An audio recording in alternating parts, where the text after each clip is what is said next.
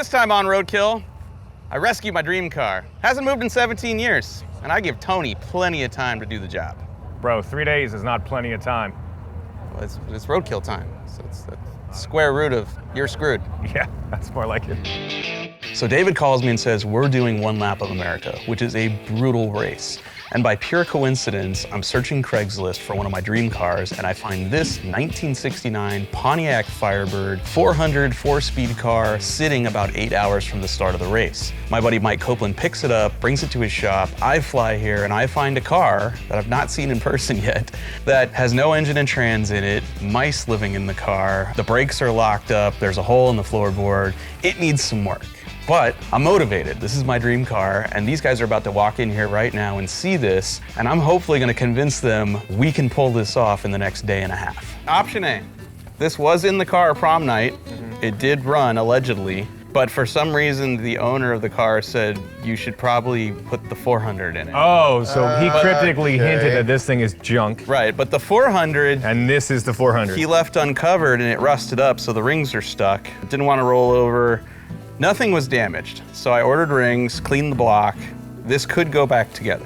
The rear axle is not exactly together, but the suspension is in there. Oh, cool. That's a Pontiac 10-bolt. Yeah, that means it's non-C-clip and you can't get parts for it and stuff. Well, we got the parts. It's ready to go back together. Okay. Yeah, the brakes are completely locked up. I bought brakes for it, so we have a lot. We could do the suspension on the front, the brakes, put the interior back in it, maybe patch a hole, maybe not, and then it needs, obviously, a drivetrain. Obviously. Yeah. How's your level of okay right now? Pretty low. Pretty low, man. Pretty low. Pretty low, because all I want to know, like, how many hours do we have until we have to leave? We have to be at tech inspection by noon on Friday, which means we need to leave here like 7 a.m. Friday. Okay, so we have like 44 Wednesday, hours. Thursday. This is worse than I thought.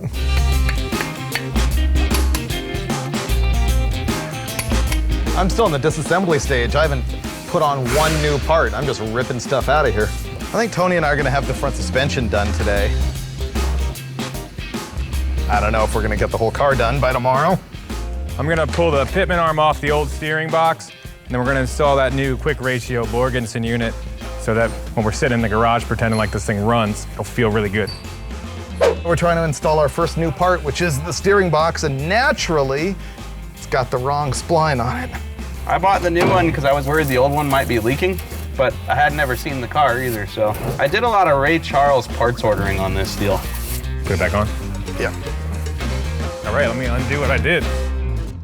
It's 7 o'clock Wednesday night, and look, pistons in an engine. And look, unlike before, when we got this car and this engine, these ones move up and down, which is what you want. So apparently we'll be able to bang that together and get this whole thing in the car, but if we don't have it running by like midnight, then it's gonna be real fun. We're in bad shape.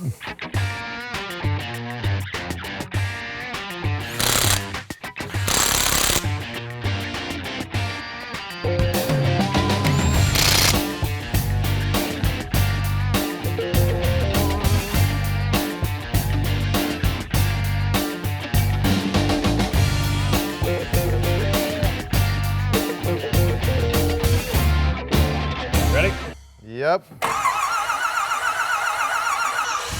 There you go. Runs good. It's alive! It's quiet.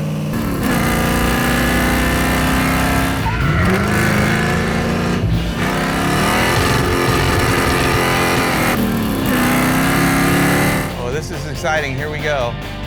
First time the Firebird has ever been on a road course. And of course, we picked one that's insanely fast. Mostly straights. I have no idea what's happening right now because he's so far away.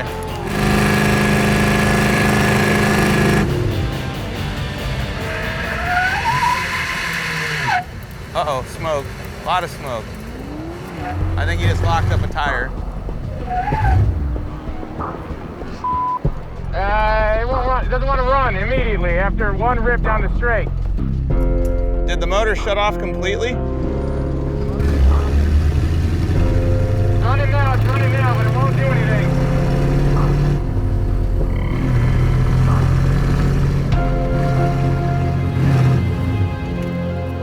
It won't run under any power. I had to pull off. All right, I guess pit it and we'll look at it. On day 2 of the One Lap of America with Tony Angelo behind the wheel, something blew up in the 400 cubic inch Pontiac engine that we had slapped together the day before. Big surprise. We ended up loading the car on a U-Haul and heading for Finnegan's house in Georgia to see what we could do to get back in the race.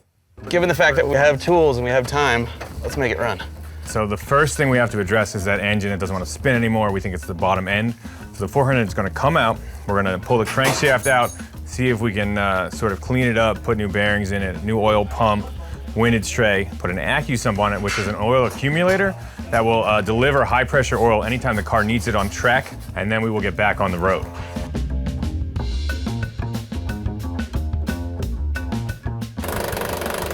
There wasn't a bottom bolt in this. Oh, That got worse.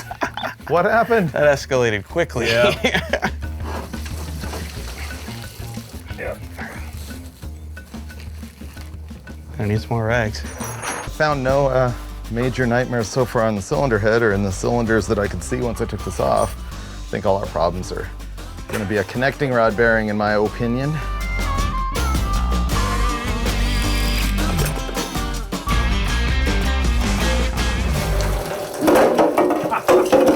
Or we could have just taken them out. They got your shoe. Yeah. Just put that anywhere. You might lose a little bit of water. Oh, it's spun. It spun it. Wow. Yeah.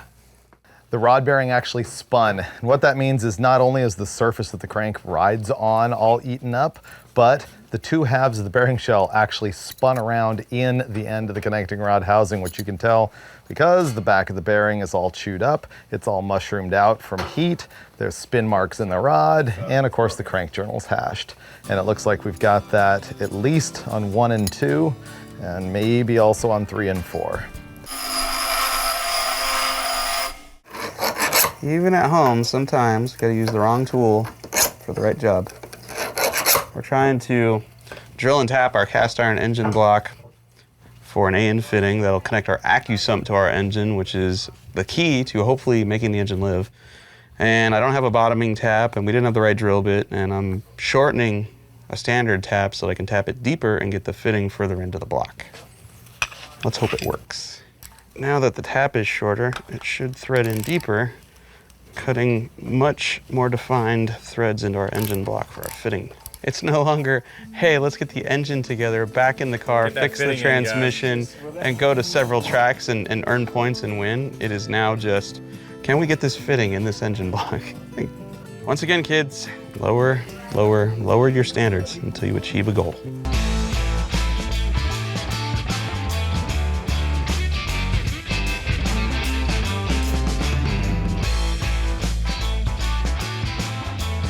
With the engine reassembled and installed, we swapped the hardware from our old transmission over to the new one that Bo Shears gave to us. This hopefully solves the problem of our transmission popping out of gear at high speed. Besides that, it's just accessories that need to go in, including an AccuSump system, which will give us the oil control we need to keep our new engine alive on the road course. We've been here since Monday, and Today is Wednesday. today's Wednesday. And the engine's in the car and ready to start. We're crossing our fingers. This is the end of this disaster because we need to drive 11 hours to Gingerman tomorrow. Hit it. You ready? Yes, sir. Please run. New 350. Perfect. Let's go. All right, here we go. Come on! Yes! Turn that thing.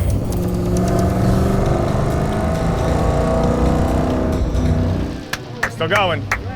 We're still going! Okay, I'm out of gear.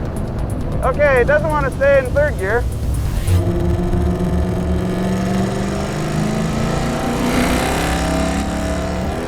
Oh my God, the trans will not stay in third gear.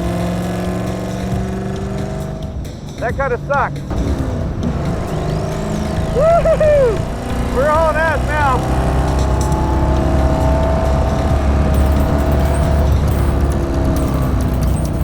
Oh, come on, girls. Brake, brake, brake. One more turn.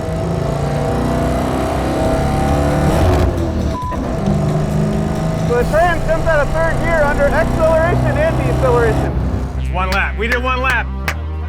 We have done 1 lap in America. That's what they call this, right? 1 lap in America, guys.